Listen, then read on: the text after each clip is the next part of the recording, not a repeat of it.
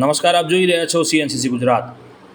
ગુજરાતનું વોટિંગ દરેક પક્ષ માટે ખૂબ જ મહત્ત્વનું હોય છે.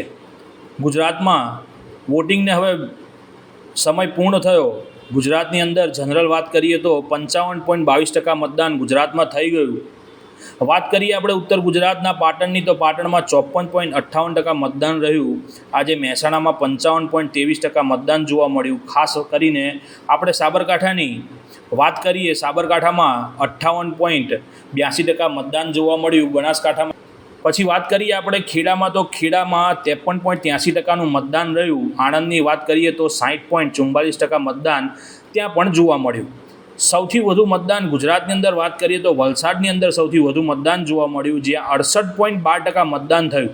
તો ગુજરાતમાં આ પ્રમાણેનું મતદાન જોવા મળ્યું. આજે 3 તબક્કાનું મતદાન પૂર્ણ થયું અને 2 તબક્કાનું મતદાન હવે બાકી છે. તો એ જોઈશું આપણે 2 તબક્કામાં કયા રીતે અને કેટલું મતદાન જોવા મળે છે.